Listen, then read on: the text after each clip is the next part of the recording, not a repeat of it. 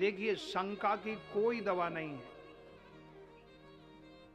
शक की कोई दवा नहीं। जो शक कर लेता ना एक दूसरे के ऊपर, वो शंका करने वाले को ही कष्ट होता है और उससे काम बिगड़ता ही है, बनता नहीं है। इसलिए संदेह नहीं करना चाहिए, विश्वास रखना चाहिए। भगवान शंकर जी कथा सुनकर के बड़े परमानंदित हुए, लेकिन सती के मन में ये संदेह हो गया, ये शंका हो गई कि वो राम जो परब्रह्म परमात्मा एक नारी विरह में बन बन में रो रहे हैं, साधारण मनुष्य की तरह, कि किसी मनुष्य की स्त्री भाग जाए तो वो वन वन में रोता है, पुलिस में जाता है, रोते रोते अपनी FIR लिखाता है, और दिन में रोता है, रात में रोता, हमारी पत्नी भाग गई। बोले ये तो मनुष्य का काम है, जगत पिता परमात्मा ऐसे कैसे हो सकता है? वो परब्रह्म परमात्मा स्त्री के लिए क्यों रोएंगे? सती को ऐसा संदेह हो गया, शंका हो गई, और श्री भगवान प्रभु श्री राम को साधारण मनुष्य मान लिया। जब साधारण मनुष्य समझ लिया तो उन्होंने शिव जी से संदेह किया, पूछा क्या वो परब्रह्म परमात्मा ऐसे भ्रमण कर सकते हैं? तो जब भगवान की कथा सुने और कथा सुन के अपने हृदय में उसको धारण करें तो उसकी महिमा बढ़ जाती है, वो महान हो जाता है।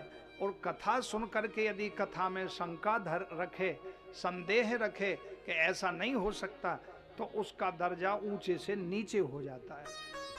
इसलिए भवन चले पुनि दक्ष कुमारी, अरे बोले वो दक्ष की लड़की गई थी कथा सुनने, सुन के आ गई, और जब कथा सुनने गई थी तो जग जननी भवानी कहा था।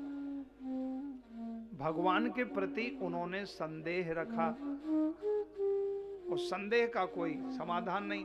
अच्छा, उसी समय क्या हुआ कि भगवान श्री राम वन वन में सीता जी की खोज में आ रहे थे, और उधर से कथा सुन के भगवान शंकर और सती जी आ रही थी। तो सती जी ने देखा कि राम लक्ष्मण वन वन में सीता जी को भ्रमण ढूंढ रहे हैं। तो भोलेनाथ से कहा महाराज आपकी आज्ञा हो तो हम जाएं और उनके दर्शन कर आवें। भोलेनाथ ने कहा देवी आप जाओगी तो उनकी परीक्षा लेना चाहती हो? बोले नहीं, हम परीक्षा नहीं लेंगे। तो बोले जैसे आपकी इच्छा हो। तो सती जी गईं और भोलेनाथ तो वट वृक्ष के नीचे बैठ करके प्रभु का ध्यान करने लगे। बोले होगा वही जो राम रचि राखा, को कर तर्क बड़ा वही साखा। हे प्रभु जो होगा सो आप ही करो। अब सती जा रही हैं तो सती ने यहाँ भोलेनाथ की आज्ञा का अवहेलना की, और भोलेनाथ ने कहा कि परीक्षा मत लेना, आप जा रही हो तो परीक्षा मत लेना। तो बोले ठीक है।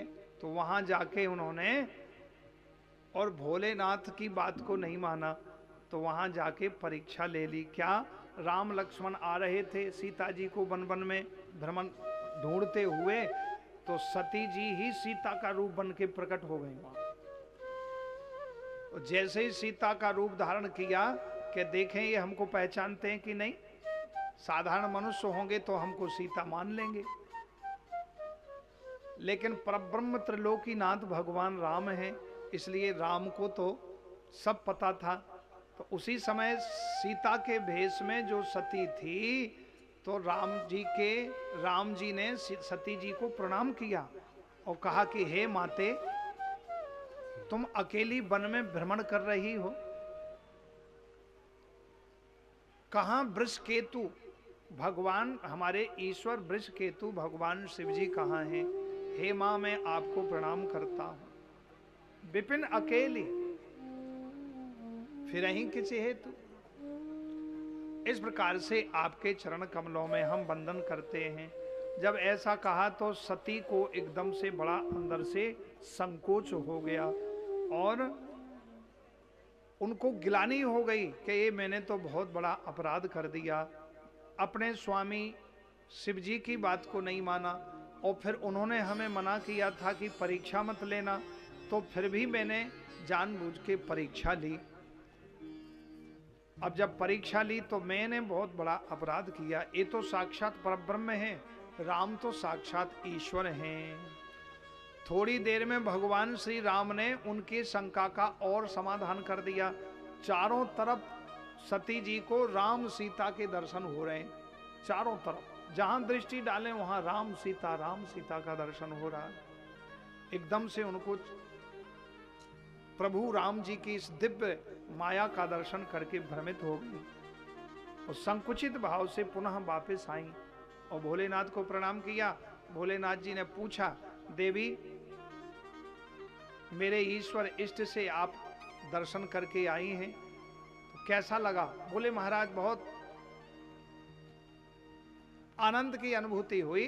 बोले आपने परीक्षा तो नहीं ली? बोले नहीं, जैसे हमेशा मिलते थे वैसे ही मिले और प्रणाम किया, परीक्षा नहीं ली। तो अब तीसरा झूठ बोल दिया। एक झूठ को छुपाने के लिए इतने झूठ बोले गए। इसलिए भगवान से अब जब माता शब्द कहा भगवान श्री राम जी ने सती को, तो भगवान त्रिपुरारी शिव जी तो अंतर्यामी हैं, वो देख रहे थे सारी प्रक्रिया। तो उसी क्षण जब श्री राम जी ने प्रणाम किया और विपिन अकेली फिरही किस हेतु, और प्रार्थना की कि हे माते आप इस वन में अकेली क्यों भ्रमण कर रही हो, हमारे ईश्वर भगवान शिव कहाँ हैं, मैं उनको भी प्रणाम करता हूँ। तो भगवान शंकर जी ने संकल्प ले लिया कि अब सती हमारे वाम भाग में सती का स्थान नहीं है, अब तो सती को मेरे इष्ट राम ने माँ कह करके संबोधन किया है, इसलिए अब हम सती को वाम भाग में नहीं ले सकते। ऐसा वर्णन हुआ। भगवान शिव जी ने मन में संकल्प किया और भगवान शंकर बैठ करके वट वृक्ष के नीचे प्रभु श्री राम जी के चरणों का ध्यान करने लगे।